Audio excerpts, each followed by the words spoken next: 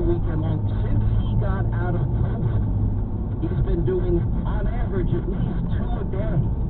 And you got these massive crowds lining up wherever the president goes, even in the liberal left-wing state of California. Did 2 stops in Nevada where he had a massive rally, one of them in Carson City.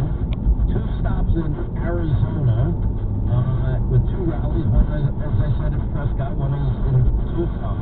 The president is now back with a rally in Pennsylvania today.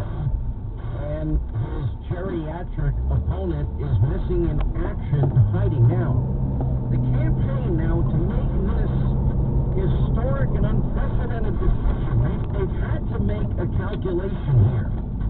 That is the price higher for the Biden campaign to allow him to go out and campaign. What is the greater risk to the campaign? Is it to go out, meet people, ask for votes, be visible, make news? Or is it a better strategy to avoid the possibility of him having more private votes? So I ask you to dance, you say no.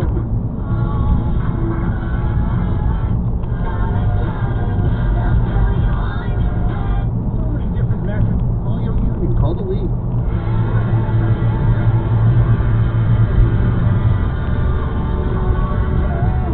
Dolphins are on a bye. Visit Big Wide together, even on a Zoom call. That was you want to which is an unbelievable story not being covered by anybody in the country. Now, Rich Lowry had a really good column about this on National Review. He said, and so of asking or putting something that might hurt a presidential candidate and what is supposed to be invaluable adversarial threats, powerful to account, have all been subordinated to the protection racket that is any coverage of Joe Biden, particularly well-written Rich Lowry.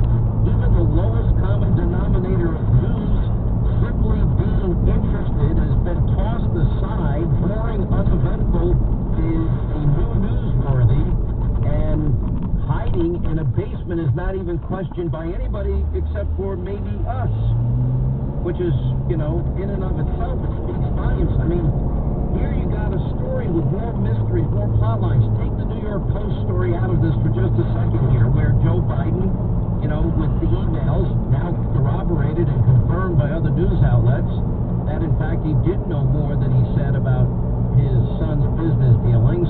But Ron Johnson's report, he did have business dealings with China, a $100,000 shopping spree for Hunter and his family with Chinese national. He did have a Russian oligarch, First Lady of Moscow, and a wire transfer of $3.5 million. Did have a wire transfer with a Kazakhstan oligarch as well. He did have other dealings as well as Burisma. Mark Meadows saying that there's more information coming out, might include other countries like Romania and elsewhere. But I mean, to think that, you've got emails putting Hunter Biden and his sleazy overseas dealings, where we're talking about, in the case of the Bank of China, $1 billion and $1.5 billion.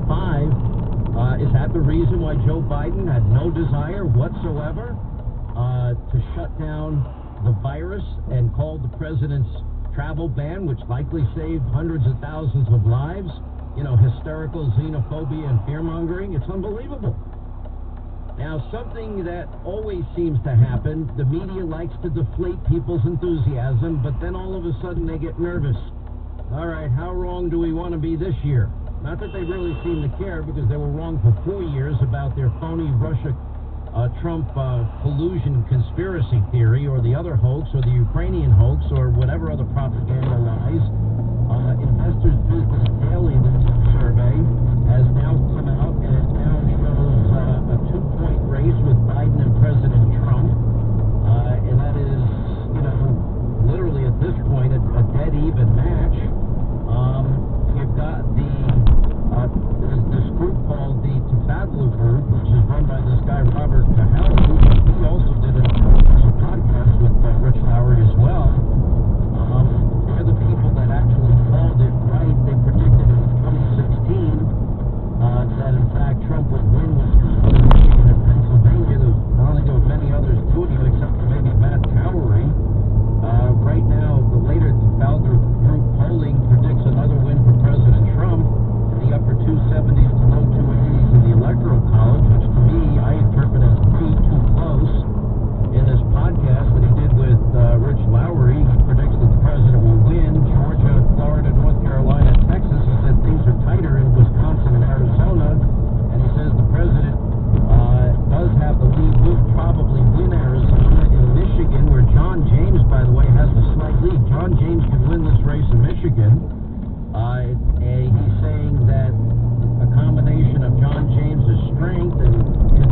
Governor Whitmer and her COVID response and her job-killing Green New Deal and the Trump economy will propel people to win. Remember, we're going to get third quarter news on the economy coming in very shortly before the election, and we're expecting, there was one, I think it was the Atlanta Fed predicting 30% GDP growth for the third quarter, which would shatter all past records.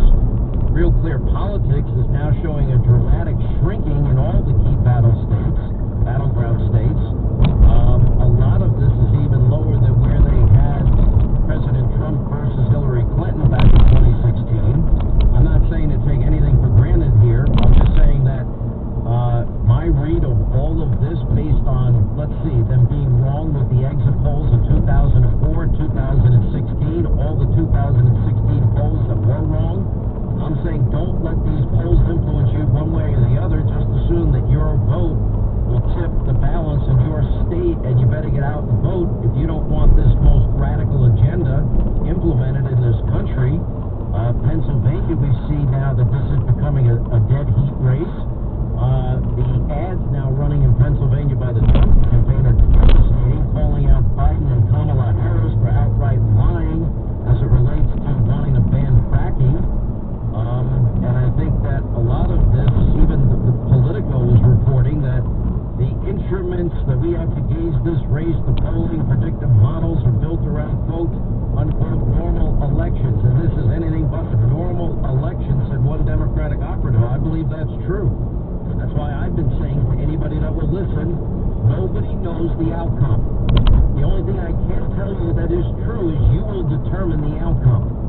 Now, we have all of these powerful forces, including the Presidential Debate Commission. They've now joined forces to stack the deck against Trump. They only picked Democratic, socialists to be the moderators, apparently, in these last two debates. Now they changed the rules unilaterally before the second debate. We're going to make it a Zoom debate without even consulting either campaign.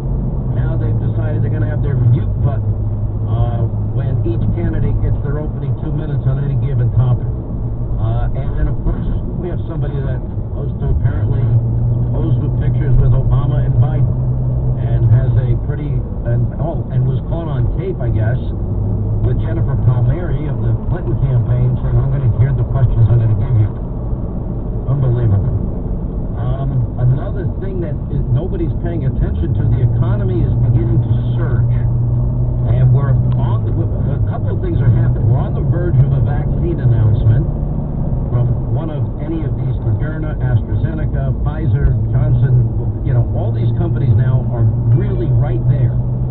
So that's coming. We now have the new therapeutics that the president said that will be mass-produced, the same treatment he got, and will be made widely available for free. That's a big point.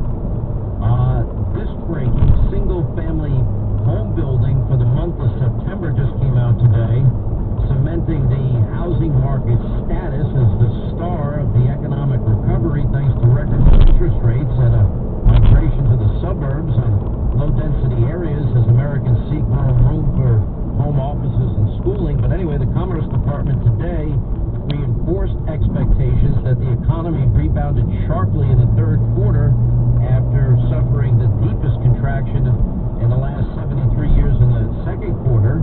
Anyway, single-family home building, the largest share of the